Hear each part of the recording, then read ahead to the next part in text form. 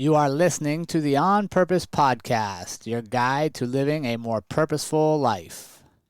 Welcome back to another inspiring episode of the On Purpose Podcast. I'm your host, Jerrod Hardy, and today we have the incredible privilege of chatting with a special guest and one of my friends, Candace Lostroh. Some of you may remember her from episode 134 way back in October of 2021. Candace is the mastermind behind In the Wild and Wonder, a platform dedicated to exploring the untamed beauty of nature and helping others connect with the wild world around us. She was raised with the heart of a true cowgirl and has spent many years immersed in the rodeo lifestyle, capturing the essence of the cowboy spirit through her work and her family life. I'm excited to catch up with my friend and share her inspiring story with all of you, and I hope you enjoy this week's conversation with Candace Lostroh. This episode is brought to you by Erie Coffee Roasters. Our ethically sourced coffee is not just a drink, it's a commitment to quality and sustainability. Erie Coffee Roasters' online subscription service makes it easy to enjoy fresh coffee delivered right to your door.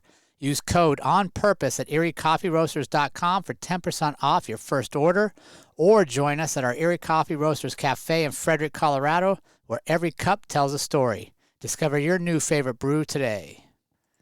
Candace, my friend, welcome back for the second time to the On Purpose Podcast. How are you today? I'm doing good. Thank you, Jerrod. I appreciate it. I'm so glad to see you on the other end of the camera and to get to catch up with you. It's crazy, right? We spent so much time together Mm-hmm. through a lot of things, and especially like COVID. We spent a ton of time together because we were the only Right. thing open.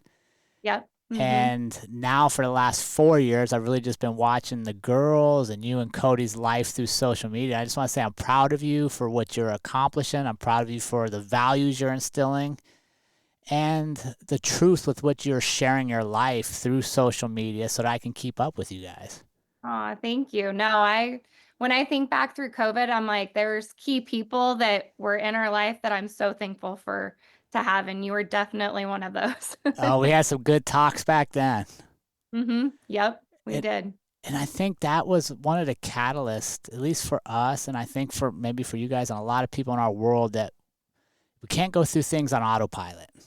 Like, Mm-hmm. like I'd never envisioned having so much stuff taken away and being told I couldn't do so many things and, Right. and, and put my family's livelihood in jeopardy when I had, created what we created to have a good life. Mm-hmm. It really woke me up to like, okay, we got to get living. Like, and I think most people would look at us and be like, well, you guys are already doing a lot of crazy stuff and you're doing this. And to us, we weren't doing enough. Mm-hmm. Yeah, I agree.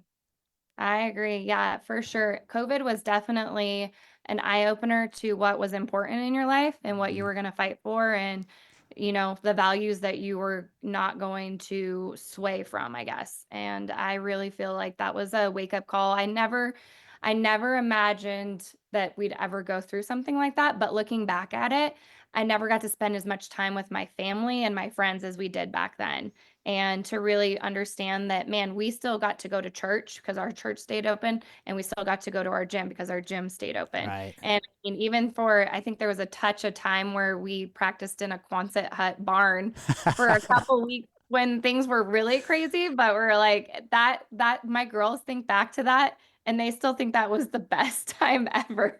Yeah, and I think that's such an important lesson, right? Like people are looking at how you handle adversity in life. Our kids Mhm. watch us to see like, okay, wow, this is different. How do mom and dad respond? And to respond with courage and resilience and kind of like we are talking off the air, a little more of like, wait a second, what's true and what's not true? Let me Mhm. decide for us. I think it was such one of the greater lessons that we were able to show our children as well is like, hey, the world's going to throw some stuff at you. You're going to choose how you respond. Right. Yes. Well, and I mean, for us, we're Jesus followers, Bible believing family, and knowing that our truth relies on what Jesus spoke and what God spoke in the Bible. And that's helps, I don't know, it helps me discern from truth and lie. And that's what we're hoping to instill in our children as well. Yeah. So something that, just as simple as this is a man, this is a woman, and there's all of that in between there. I feel like there's truth and there's a facade, there's a lie. And not that you have to throw people out that they're not fitting those two things, but just to know like, hey, no, we're gonna we're gonna stand on the truth. Sure. Yeah, I love it. I'm excited to explore some other types. But first, I got to warm you up. It's still like a workout, Candace. I'm not just going to Yeah. let you hit the mats and get going hard. You ready to get warmed up here?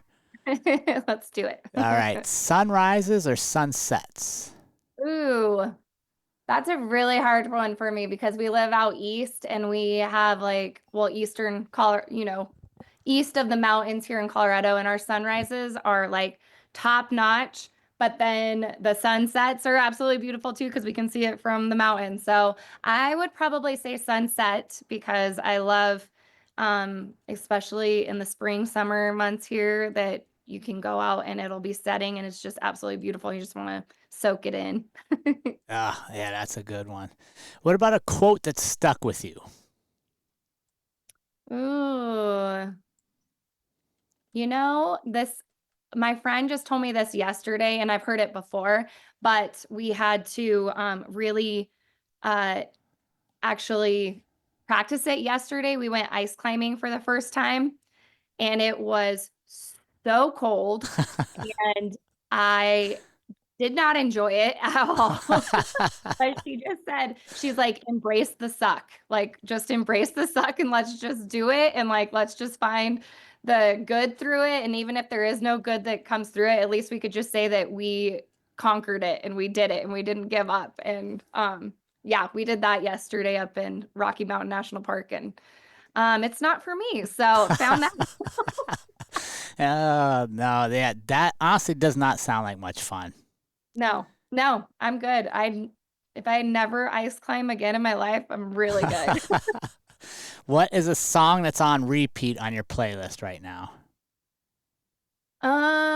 Well, anything, my youngest daughter is super into Benson Boone. So, I pretty much just listen to podcasts when I'm in the truck by myself, but if we're listening to music, she's putting it on that. Benson Boone, huh? Does she have a favorite song? I couldn't even tell you. Huh. So, I don't even I'm know if just I've heard of him. right. Yeah, he played at the Grammys and he's got a really cool voice. I do like his voice and Okay. I like a couple of his songs, but I could not tell you the names of the songs. Hmm. So I failed at that one. No, I'll have to look him up But now. we listen to a lot of prime country. So 80s and 90s country, 100% because that's what I enjoy. And those are the only ones I remember the words to. All right, you get to have dinner with one person. Who would you want to have dinner with and what would you ask them? Hmm. Um, I think I would love to have dinner with she was my great great grandmother on my dad's side and she grew up on the land that I grew up, but her family had homesteaded it. So it was, farming and like working the land and just having to deal with the hardship and just the little house that they grew up in that's no longer on our family's land anymore. But I just think I always thought about that. Her name was Esther, and I just think that she would be the funnest person to sit down with and just ask how all of that went back then. What do you think somebody from that generation would say to what we perceive as a challenge today? Right? Like you don't even know what hardship is. I don't, right? I agree. They would look at us and be like, "How did you get so soft?" Right. Oh, so true. Yeah, I often wonder that. Like, yeah, that'd be crazy. Yeah, that'd be Mhm. awesome. And what do you think she'd think of your girls? I don't know. She'd probably be like, these girls need to learn how to cook. She'd probably be like, you need to learn how to cook too. Yeah, it's a much different lifestyle for sure. Yes, yes. I am so not a homesteader, even like living out on a ranch. I'm like, we don't even have chickens anymore. I'll go get them from the store from our neighbors because I'm like, you guys, chickens are gross and nasty, and I don't want to deal with them. Oh, have you had any cows in the house yet? Birthing season's coming up, right? Yeah. coming up pretty soon, and we'll start the end of this month. But no, not yet. No calves in the mudroom yet. Was that last year you had them? It's probably been a couple years because last year we calved a little later and it wasn't as Okay. cold, and we kind of moved things back this year too, but you never know. It's called a calf hot box. So it's like looks like a dog house, but it has heat that comes through and it'll circulate around the calf. So hopefully we won't have to have them in the house anymore and blow drying them with the hair dryer again because it's hard. It's hard to keep them warm. I would venture, besides maybe you and two other listeners to this show, are the only ones that have ever had cows in their house. Yeah. Yeah, it uh, happened. oh, it does. But I do enjoy those Instagram reels when those cows are thinking they're dogs and are following the dogs up to the house and stuff. I know they're so cute. This episode is brought to you by Brenda Rice, a dedicated local realtor in Northern Colorado. Having known Brenda for over 20 years, I can vouch for her hard work and dedication while watching her transition from a police career into real estate. Brenda has teamed up with Shelley Borman from Loan Depot to create a tailored first responder program, making home buying in Northern Colorado easier and more affordable than ever. Special incentives are available to our listeners. For more details, reach out to Brenda at Brenda Rice Co. Realtor on Instagram or click the link in our show notes. You feeling warmed up, my friend? Yeah, we're good. Hey, I wanted to kick off with something that really caught my attention and kind of brought me back to bringing you back and having this talk was sober living, and I think there's a term now like sober curious. Oh, okay. What got you there? Because Andrew and I have been on the same journey almost a year now of very little to no alcohol. Not because we had problems with it, but because I think we're changing the definition of like what is too much alcohol versus, Mhm. Yeah, I yeah, I think back before we had an idea of like an alcoholic or a drunk was somebody who's stumbling, falling down, and we overlooked like one or two drinks if you're foggy the next day, or you handle a discussion or a difference differently than you would 99% of your other time. Is that too much alcohol? yeah. So what led you to down that road? I honestly, it had been quite a few years of just, and I don't know if I want to say it was kind of when COVID came around to where, you know, grabbing a bottle of wine in town a few times a week was like it was an occurrence that would just happen over and over again. And, there was days, well, most days I could not wait until it was like the end of the day and we put the girls to bed and I would be like, okay, grab my glass of wine. And then it ended up being earlier and earlier in the evening to where it was like, okay, the day's over, I'm done running around or working or whatever, and I'm going to grab that glass of wine. And then it'd be like 2 glasses of wine, and then it'd be 3 glasses of wine. And honestly, that was like the highlight of all of my days. And I was Mm, looking back and I was just like, God, like, I know this isn't your best for me because I feel like half the day I'm, not sober, not completely, thinking clearly or just way too relaxed and all of that. And then it was probably, I don't know how many years. I think it's been about 3 years now. I had a trip with some girls down to Arizona, and it was just girls trip, fun, and we were like it was just all about like going to the liquor store and getting all these drinks, and I got like alcohol poisoning, full mm, on alcohol poisoning. And I don't admit that to a lot of people because I'm just like, I don't want people to be like, oh my gosh, she parties so hard. I'm like, I didn't. I yeah. never did that before. But I honestly found my limit that night, and that was that. And my friends, took so good care of me, but it was so scary. And from that night onward, I have not had one drop of alcohol. Like it ruined me, but it also was a huge wake up call to me. Like I was like, I do not want to live like this. I never ever want that to happen again. I'm a grown woman. Like why did I even let that happen? It was, embarrassing, but also I remember God speaking to me and he's like, I'm not going to shame you with this, but I'm going to give you a choice. Are you going to go forward with me and living your life to the fullest, or are you going to keep making bad choices? And we'll see where that takes you, because there's been lots of alcoholism in my like in my family. Close siblings going through alcoholism, and I saw that and walked through that with them. I knew the road, the consequences that lead from that, and I was like, you know what, alcohol brings absolutely nothing into my life, nothing good into my life. And it's there's so many, like if you were to make two lists, there was nothing on the good list and everything on the bad list. So it was easy. And I want to say that because it was easy for me. And I know that it's not easy for other people. Like I said, I walked through that with a sibling, and I know how hard it was. And I just know that I think that was God's way of being like, I'll take this from you really easily if you'll give it to me. But if you won't, then it's going to be like the long, hard road. And it was easy for me in that sense.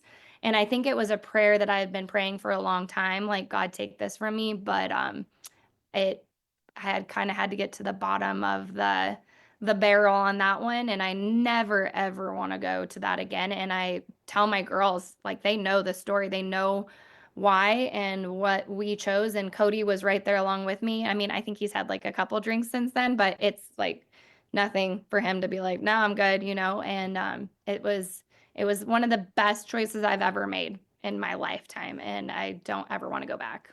Let me ask you this, Candace, because I think sometimes we get in such comparison mode, both good and bad, right? Mhm. And obviously, the good is like I see your highlight reel on social media, and I'm like, oh wow, look how good that is, and it makes, and I'm like trying to achieve this, and I don't know if it's real or not. But I think we can also go comparison mode to the bad, right? When I say like, well, that happened, but that's rare. That's only happened once in my life. I'm not a drunk. I don't have a problem with alcohol like this person does. Like, look at them. Yeah. Especially when you guys have the success you have as a family and as business owners. So, what was it about you, or what was it in your thought process that allowed you to be truly honest and embrace your own self evaluation versus comparing it to maybe others in your history? Yeah. Well, I mean, the comparison thing, I did that for years. I did Mm, that so long until I realized, with especially on that one trip, that I was like, you know, there's a problem here, and there's a reason that this has been so heavy on my heart for years. Like, that I was ooh. like, I want to give this up, but I enjoy it too much. Or I want to give this up, but I don't really think I have a problem. Or I want to give this up, but the culture around the mommy wine culture, and it's huge. It still is huge. And I truly believe that alcohol is I think it's a demonic thing. Like, I really don't think it's uh I what it does to people's lives and how it destroys people's lives is right along there with practicing any religion that's of, Satan or anything like that. It destroys people's lives. And that's just my personal conviction, but I'm not alone in that, because I've heard many, many people say it. I heard Jocko Willick say it on his podcast last week. And I'm like, that is absolutely true. Like, I've seen it ruin so many people's lives, and I was on the verge of it. I can tell you right now, just knowing that that's what God had to do to wake me up, it was not going to lead to good things in my life. Yeah, no, you're absolutely right. And I think most people, if we take inventory of our life and look back, like at least for me, I'll tell you a lot of things I'm not proud of or that I would never do again were not decisions I would normally make, and alcohol had a role in them. Yes, 100%. I agree. And for us, it's just something I like the certainty of waking up in the same frame of mind every day and the consistency. I have never felt better in my life right now, and I've never had a clearer head, and I've never slept better, because so many people, it's Mm, like it's depressant, it helps you sleep at night. It does not. Um, yeah, 100%. I don't ever want to have another drink again. Like there is absolutely no want in my life. I don't miss it. And, and we're kind of the people that I don't know, we don't go out, we don't go do a ton of things where people are drinking and stuff. So that aspect's actually been kind of easy. So I feel for people that are still around in that culture and that's part of their life and everything. Cause yeah, it would be hard. The peer pressure, you know, wow, did you have a problem? Is that why you quit mm, drinking? Like that, those kind of questions. And it's just like, you know what? I am so not ashamed. I will definitely turn down a drink yeah. and problem doing that. But Are you doing mocktails? not really. I want to say when I quit drinking, the sugar addiction was probably what popped up more than anything. And I think that's what leads people to crave that, 5 o'clock glass of wine or whatever, is because you're craving that Mm, sugar and your body gets used to having it. And so I loved having like a Waterloo or a LaCroix. yeah. And so that would kind of replace that for a while. But now I don't even that's not even a big thing. I still love coffee. Like, give me Okay, like yeah, don't give that one up. Come on now. I love coffee, and that's not something that I've had conviction to get rid of anytime. uh, we love Spindrift, and they're not a sponsor of the show, so I Yeah, throw that out. They should be a sponsor of yes, the show because I like Spindrift too. Yes, I feel like I keep them single handedly in business, but yeah, that's Andrea and I's jam is we'll just have seltzers. yes, yeah. I agree. I have that was something that definitely came in between all of that, and it definitely was like something that I could grab when I wanted that sweet drink. I want to go back for a second, Cash. You said something I think is super cool for our audience to hear, whether it's alcohol related or whatever. You said that this was heavy on your heart, meaning it had come back to you and you didn't act upon it. You silenced it, but you knew it was there. And maybe somebody in our community has something else that's heavy on their heart, or just that feeling that it keeps coming back. How did you know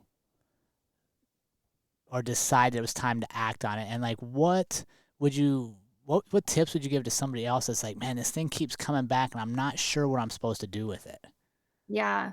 Well, I really feel like I call that conviction. So when you have something heavy on your heart, that is a conviction that I believe it was by God for me to take notice of. And I don't know, the way that I see it, I feel like convictions are not the same for every single person. Because, like I said, for Cody, he didn't have that conviction. Because if knowing him, he would have quit it very quickly. But I feel like for me, it was on my heart and that conviction for a long time. And I really feel like that if I would have if I would have felt shame over it, it would have probably either been replaced by another addiction that wasn't healthy for me, or I would have fought it for a long time. And I think I did fight it for a long time because I felt shame about it. But when I just was like, God, take it, I never want to do this again, and I released it was like night and day difference. Like I call it a miracle that I absolutely had no longer had that craving for it. And I remember praying over my brother when he was dealing with alcoholism. This was years and years and years ago. And thank God he's been sober for 6 or 7 years now. And he's just an absolutely amazing person. Like it brings tears to my eyes. But I remember praying over that alcohol would make him sick, like that he would smell it and it would make him sick. And when he got sober and it was probably 6 months later, he was a racehorse trainer on the track, and they use rubbing alcohol to wipe down the horse's legs afterwards to cool their legs off very quickly. And I remember him telling me on the phone, he was like, the smell of it makes me sick. Mm. And I was like, oh my God. Like God took that to the word for me, like that Yeah. rubbing alcohol even makes him sick to his stomach. And it's the same for like when we finally gave it over to God, it was just like God was like, I'll take it. But like you have to give it all to me. And like it was I had no I know that I can't drink recreationally and just be like, "Oh, I'll just go have drinks at dinner." Like I know that I can't because that will pull me right back into it. And I know that my brother he can't do it that either. He can't drink just, one drink, it leads to three or four. And I don't know if that would be exactly me, but I know that it would be like, "Oh, yeah, I kind of remember how I feel in that and I kind of like it. And maybe I'll have like a glass of wine here and there." But I know I can't. So Yeah. like I had to give it all to him. There wasn't any dabbling in it for me anyways. That was my conviction that I know that I can't. And like other people, no problem. But yeah. What would you say is something you didn't expect to learn about yourself, but you did during this journey? Um, I would say that I did not know how to deal with my frustration or stress or anger in a healthy way after quitting alcohol. And it actually took a couple, like probably, I was just telling Cody the other day, I was like, man, I feel like the last couple years, I've been kind of a bitch. And I'm just saying, like, sorry for Yeah. cussing, but um, and I was like, gosh, I feel like I've just been angry and mean and not a good person, like not a nice person. And I really do feel like that was part of like, okay, the alcohol is what I would use to be like, oh my gosh, I've had such a long day with the kids, with work, Mhm. with everything, and I can't wait until that glass of wine. And then I'd chill out and it'd be fine.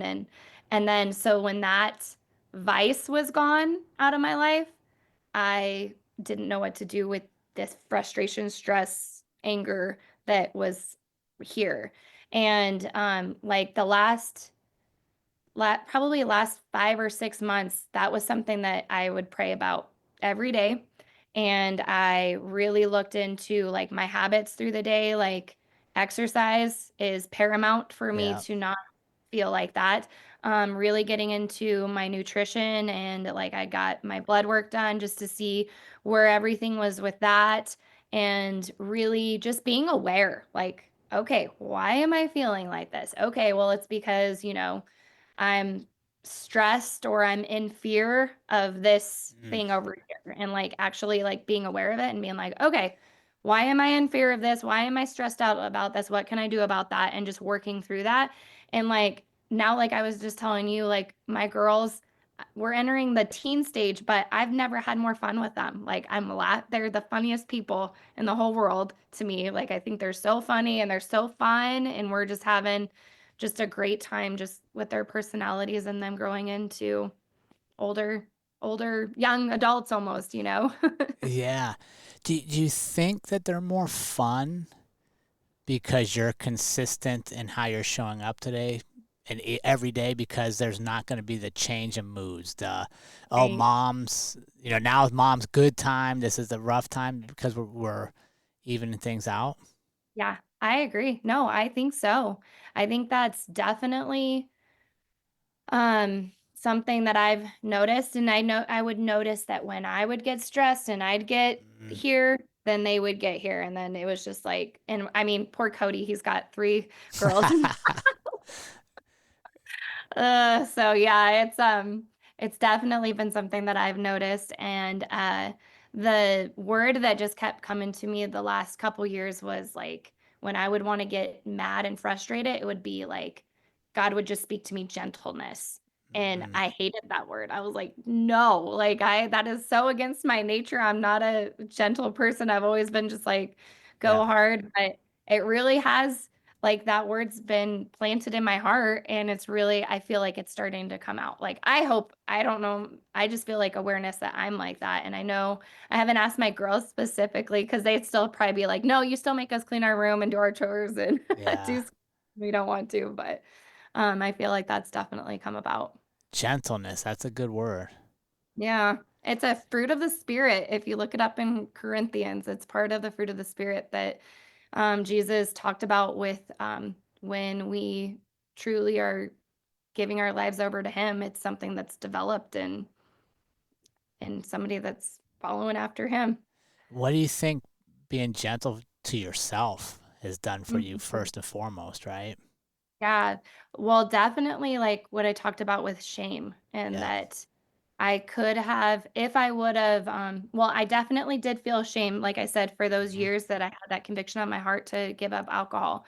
That was one of the reasons I didn't want to do it.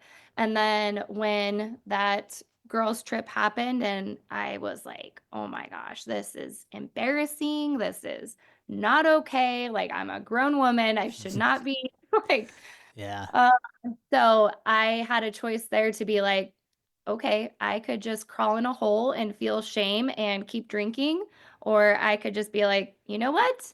This is not good. And I know it's not good. And I know that this is not God's best for me. Am I going to do something about it? Mm. And am I going to, or am I going to hide? Because I feel like shame keeps you in the dark. It's like, that lots of dark things grow in the dark. Just Yeah. and that's once you shine light on it and you expose it and you let it all out there and you're not afraid of that shame or that embarrassment, then you actually can grow and develop and yeah, Yeah. definitely. You can't grow until you accept it as part of your path, right? Mm-hmm. Yep. And when you're saying gentle, that's the image I have is like to be gentle on myself, Mm-hmm. right? Before I can be gentle towards Andrea or towards my kids or towards my neighbor, I first have to be gentle to myself because usually you're going to reflect your outward behaviors, what's going on inside. Yeah. Mm-hmm. And gentle means accepting that I don't have to be perfect. And maybe this was part of my wake up call, Mm-hmm. but by accepting, I can change the future, right? I can Yeah. learn. Mm-hmm. No, I completely agree. And you shared this story with your girls. Yep. I don't know if I told him the exact like this is how much this was my limit, but I let him know what happened and why I gave it up and that it brings absolutely nothing good into my life. And I don't know. I think I was trying to remember like growing up, my parents didn't drink a whole lot. And I remember my mom telling me that when she got married to my dad that he did drink quite a bit and she was like, this isn't going to work if you're going to come home drunk every night, like not happening. And so he quit drinking a whole lot, but I mean every family gathering there was always drinks around or anything like that, but I would say it probably hit for me in high school. Like that was definitely something that I experienced a lot of was in high school, lots of drinking. And then in college, I kind of went the other end and I was like, that's when I got born again. And I was like, okay, Jesus, if I'm going to follow you, I can't drink. And it was like the other extreme. And I was so judging and I hung Yeah. out with absolutely nobody because nobody wanted to be friends with me because I was so judgmental on it. But I didn't know how to be Mm. in between, I guess, at that stage. And so, that was that was how I was in college. And then we got married, and then you get older and you enjoy a glass of wine, and then it turned into what it was. But now I feel like, I mean, if my friends want to drink or Cody wants to have a drink or whatever, absolutely. I'm like, go ahead. It does not bother me. I have no judgment. That's my conviction isn't your conviction. So that's where I'm at. And I just pray that anybody that does have that conviction actually follows it though, because I think that it's a gift. Yeah, and I think it's interesting, right, that because you quit judging yourself, you Hmm. can now be judgment free for others, right? Because I think most of the people you meet or when we are judging of others is because we're really judging ourselves. Oh, 100%. That's so true. And what made you decide to share that on social media? Because you have a good social media following, and I saw you were posting giving up alcohol and a little bit of that story. What made you decide to share it there as well? I think for me, it was just like, this is part of who I am, and I want to share not just, what we do in our everyday life, but this is part of who I am now. And I feel like it does minister to other people that maybe have had that same conviction, and maybe this is their sign to be like, oh, wow, I have felt the exact same way that she's felt, and she did it, and like is here to talk about it and share how much like how much goodness it brought into her life, like I want to experience that. And I think that's so important to do, right? Because I look at you and I'm like, man, they're so successful and I admire the work they're doing. And to go, but wait, they're working through stuff just like I am. Yeah, 100%. I think it's so important to share those kind of messages so that we can actually make social media something that is for the good and get everybody hmm out of the comparison and the vision that seems to follow a lot of it. Yeah. Oh, I agree. Yes, for sure. Did you get a particular response from somebody in your community or feedback where you're like, man, that is why I'm doing some of this stuff? Oh yeah, there was a lot of people that reached out to me personally and they're like, "Oh my gosh, I've been going through this as well. Like it's so good. I'm so happy to see that somebody is talking about it or, they've been like, I've had it on my heart to give this up for a long time and like I think this was a sign from God showing me that I need to just do it." And I'm like, "Well, if that could help you out, I Mm. am 100% there for it." Did you have any crazy friends that saw this and was like, hey, I want you to come on a show and tell a bunch of people around the world about it? You're the first, Jerrod. Yes, yes. No, I admire it, and it's just what you said there, right? Like if all of us could sit and go, okay, if my behavior today, if the choice I make today makes one person's day better around the world, I would do it. But so many Yep. times we lose sight that our small decisions can make somebody's day better, and we don't see the immediate results, so we don't do it. Yeah, for sure. No, I agree. I feel like fear holds so many people back from walking in what, the full potential that God has for you, but also changing other people's lives too. Because I feel like the more that we can share our struggles and like what we've gone through, it just gives freedom to other people too. Yeah, there's no purpose to living life small. Mm-hmm. Yep, I agree. Right? You don't get a refund on what you don't use at the end of your day. Yes. And Yep, for sure. the only people that suffer are your family, your loved ones, and all the people you met that never knew like what your greatness could have been. Mm-hmm. Yeah, it's so interesting. What now? I want so some of our audience may be new to you. I want to touch base before we end up on in the wild and wonder your business, Mm-hmm. and specifically your photographs are amazing. Like literally, I look at your photographs and I'm like, I need to be a cowboy for like just a day just to get some of these cool pictures. Oh, yeah. But then I'd be an imposter, and everybody'd be like, "Look, he's not sitting on that horse, right? He doesn't even know how to Nah, be a cowboy." long as we get the right cowboy hat on and the right pair of jeans and the right pair of boots, Jerrod, like we can make it happen. One of the things No, I it's been the Yellowstone effect has been in full force out here in the West. okay, you think that's what it's from is to show Yellowstone? I think that just the Western culture has been, yeah, pushed to the forefront because of those shows. And we have friends that have hat businesses and boot businesses and stuff, and they're like, sales are great. Like we're selling the heck out of stuff because of that, and which I love it. I love that the Western culture. So my girls are funny though because they went to their homeschool co-op the other day, and it was Western Day at school. And oh, my girls were like, "Mom, you should have seen the hat shapes and the amount of people wearing their hats on backwards."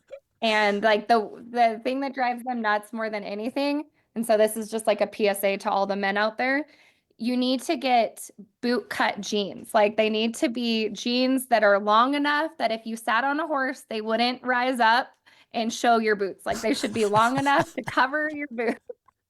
Because my girls were like the high waters mom and like the skinny jeans that they forced over their cowboy boots. They were like, oh, we can't handle it. Yeah, it's Western Day every day for them. Yeah. The Tactical Harmony podcast is hosted by Rebecca Fitzsimmons, a former NCIS special agent turned holistic leadership coach and mindset strategist. Drawing on nearly 20 years of experience empowering high-achieving professionals to break barriers and lead with purpose, Rebecca shares tried and true strategies and actionable insights to help you excel in today's fast-paced world. If you're ready to lead with impact and create harmony in the chaos, the Tactical Harmony podcast is for you. Available on Apple Podcasts and Spotify, or check it out at tacticalharmony.com or in the show notes below. You talked about something there, and it was one of the questions I wanted to ask you about is your work. One, it's amazing, so thank you for doing it. I think there's something really magical about capturing some of the bond between a rider and a horse and just that trust that exists. But you're also documenting the cowboy way of life. And the essence of that life. Why is that important to you, and how did you get yourself into this area? Well, I always say that growing up, I would see horses running out in a field or eating or just hanging out, and they always just took my breath away. It was just my most favorite thing to watch. And I always wanted to like paint it. I always just thought, I was like, okay, I'm gonna like take a mental picture in my mind and I'm gonna paint this. Well, it turns out I'm a really terrible artist. Like I have no skill in that. I'm not like my 10-year-old daughter who can paint anything. But I got gifted a camera from my husband a few years ago when the girls were little, and I fell in love with photography and capturing them and their horses and just our Western way of life. And then that turned into like, I love doing this so much that I want to do it for other people. And I always felt like I want to make sure that my skill level is here before I started charging people. So I went to a lot of workshops. I watched a lot of YouTube. I like did a lot of mentorships with other photographers and learned that, and still learning. But now that's what I get to do most days of the week is take pictures of girls and their horses mainly. And then I'll go to ranches and take photos there. And it's absolutely my most favorite thing to do that I get to call my job and my business now. And I feel like since I grew up in it, I want to share it with the world. I don't feel like that we should gatekeep in the Western world, except for your pants need to be long enough to cover your boots. That's their only thing.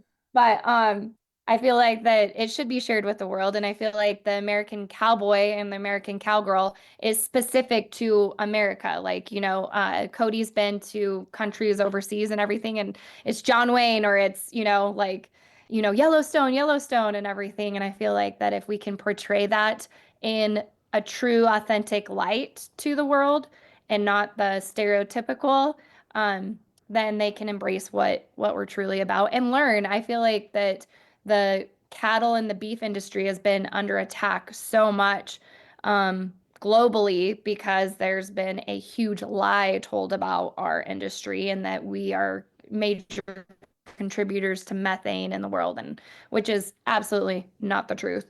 And I feel like people need to learn how grazing animals actually bring so much goodness into conservation and our environment that they're absolutely needed, and we need more of them. So yeah, and that's another big thing for you is the environment. You're very, very proactive and sharing on that and working towards it. So what do you think, if you could say, okay, this is something I hope people get out of my work and they understand about the cowboy or the Western culture by looking at my work, what would that thing be? I feel like mainly understanding that we are so passionate and we also work so intensely on uh, not only raising these animals and raising them to feed the world and everything that comes with that, but also that this is the best for our land. Like our ranch in particular is completely grasslands. There's not a whole lot of trees on it. You can't farm it. You can't do anything with it besides let the grazing animals graze on it.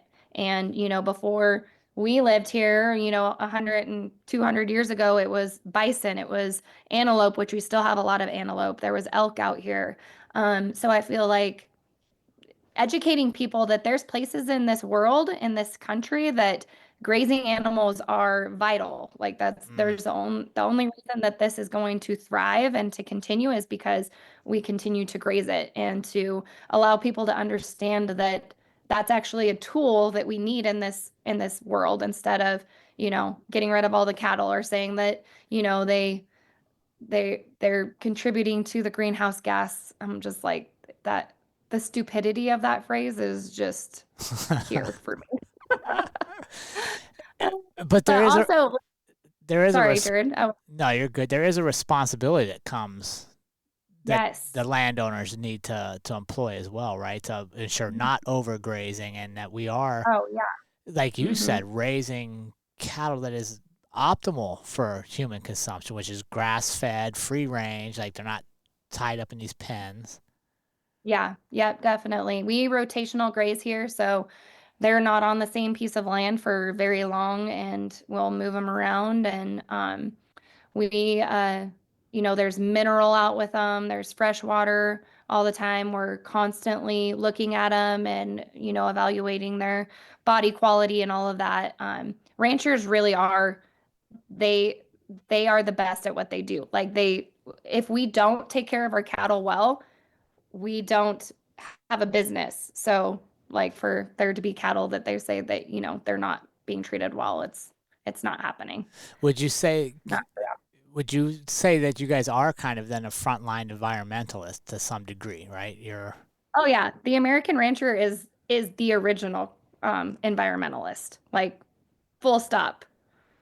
So I completely agree with that, and I also believe hunters are too. So right.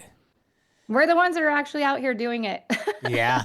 Well, I think what you said though is true, right? There's been a lot of misinformation or quasi truths, not truths that get confusing. And I don't know that the Western culture spoke up soon enough, right? They kind of Oh, let it go without, and yeah. I guess that's why I'm so intrigued by your work. And one of the things is like you mentioned Yellowstone and America and the world is fascinated with cowboy culture, right? It's always some of the Hmm. top movies, the country music genre is booming, but then certain places don't embrace the lifestyle of it, right? We want the country music, we want the cowboy movies, but we want to look negatively upon ranching.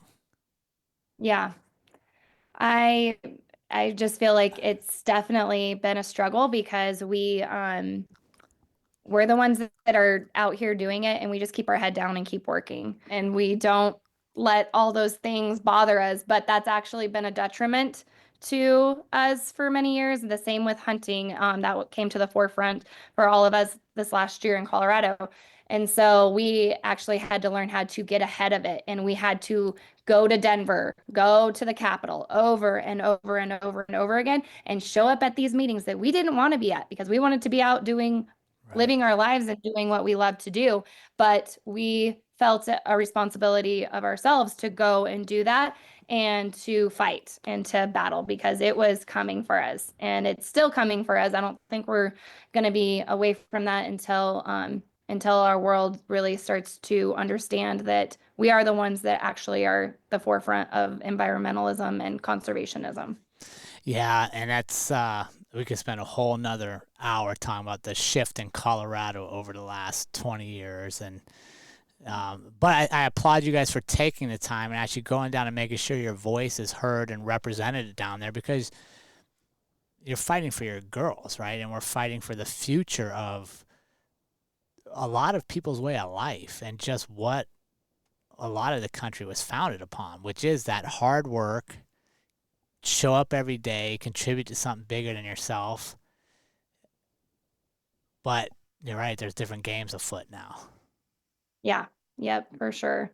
Well, and I feel like our world has been so disconnected from where its food comes from, where our how our ancestors lived, and the just how to live in a world that isn't just easy and coming to you. So just like that quote that says about like, hard times create hard men create easy times, and easy Easy. times create soft. Yeah. So Yeah. I feel like that's what we're dealing with. And that's why so many people pick a topic to latch onto and to fight and to go to the extreme on, because they don't have anything else that they're fighting for. So they're just like, oh, okay, animal abuse. Well, these cattle, they're getting rounded up and they're getting, slaughtered for human consumption. We should quit that, and everybody should become a vegan because these cattle, these poor cattle. I'm just like, you don't understand how much land and how much destruction farming can contribute. If we had to feed the entire world as a vegan diet, Yeah. like you want to be a vegan, go for it, but do not push the rest of the world to become that way. Yeah. Not Yeah, no, I agree with you on just the fact that because we are safe and we are secure and we have so much time that we can Mhm. pick things to make a cause. Yeah. And we Yep. have the means to spread it without a whole lot of truth. 100%. Mm-hmm. So Candace, what do you have coming up? Exciting projects or plans for the in the wild and wonder? Sorry, not wander. Wonder. Okay. I was thinking of another thing. Yeah. What kind of exciting stuff do you have coming up for that? I have a lot of photo shoots just planned with a lot of girls and horses. That's like my major thing. I'll be going to a couple ranches this summer and taking photos and video and just continuing to do that. My girls and their schedule with everything that they're doing, kind of, that's my first thing on my list of where we go and what we do. But a lot of times that gets to include my photography and videography business as well, because I'm taking photos of kids at the rodeos and visiting ranches on our way to rodeos. That was super fun to kind of incorporate this last year. We would leave on Thursdays and head to a ranch, and I'd take photos there that night. We'd stay there and then head out to the rodeo the next day. And Sheridan's been competing in rifle shooting at the rodeos as well. That's a new thing for her this year. So we get there early and head to the shooting range. And yeah, and so it's been an adventure. It's been so fun. I'm absolutely 100% loving this life. Don't I don't shoot a lot of weddings, but I'm shooting one this spring for a friend, but that's not my main focus, but we've just got a lot of that. I don't know. I It's just every day is a different day for me, so Oh, I love it. Well, I want to thank you for taking time to come back on the show. And I just want to share how proud we are of you. And we love the journey you and the family are on. And if there's anything we can do, just ask and we'll get it done. But where can our community stay connected with Candace and everything that you got going on? I would say I'm mainly on Instagram, so at the In the Wild and Wonder, and I kind of am on Facebook, and that's about it. That's all for me. I don't do TikTok or anything else. Well, you got your website. I do have a website. Yeah, Yes. the Yep. website's really good. I was on there looking around today because I Oh, wasn't sure if you actually had one. So I was like, let me double check yes. this. Yep. InTheWildAndWonder.com, and it has my portfolio. If you're wanting photos or videos, or you want to, rent a horse and take a photo with a horse, I'll do that too. I've done it before. Only if their pants are long enough to cover their dang That boots. is the rule. Yes. Candace, thanks so much for joining us. It's been a true honor to share your story. Oh, thank you so much, Jerrod. Good seeing you. And remember, team, life is far too short to live any other way than on purpose. We will see you all again next week.